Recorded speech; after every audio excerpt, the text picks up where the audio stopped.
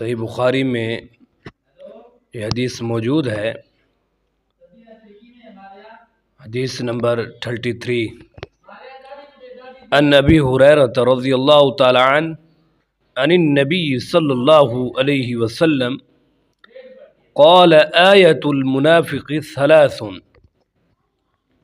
امام الانبیاء جناب محمد الرسول اللہ صلی اللہ علیہ وسلم منافق کی 3 نشانیاں بیان کرتے ہیں۔ منافق کی پہلی نشانی آیت المنافق ثلاث،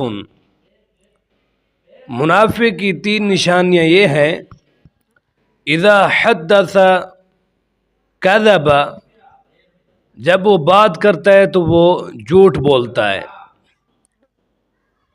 حدث یحدث سے ہے، باب تفعیل سے، ماضی کا صیغہ ہے۔ وَإِذَا وَعَدَ أَخْلَفَ، جب وہ وعدہ کرتا ہے تو وعدے کی خلاف ورزی کرتا ہے۔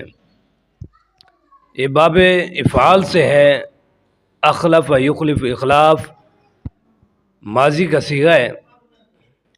اور تیسری نشانی امام الانبیاء جناب محمد الرسول اللہ صلی اللہ علیہ وسلم ارشاد فرماتے ہیں: وَإِذَا اؤْتُمِنَ امانتا وَإِذَا اؤْتُمِنَ خَانَ، جب اس کے پاس امانت رکھی جائے تو وہ خیانت کرتا ہے، اس میں خیانت کرتا ہے۔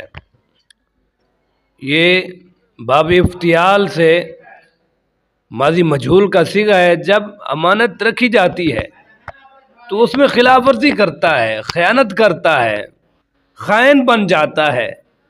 تو میرے بھائیوں، یہ منافق کی 3 نشانیاں اس حدیث میں بیان کی گئی ہیں۔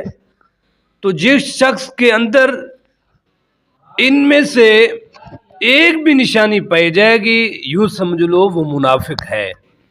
اس لیے میرے بھائیوں، ہم اپنے آپ کو منافقت سے بچائیں، ان تینوں علامات کو اپنے اندر داخل نہ ہونے دیں۔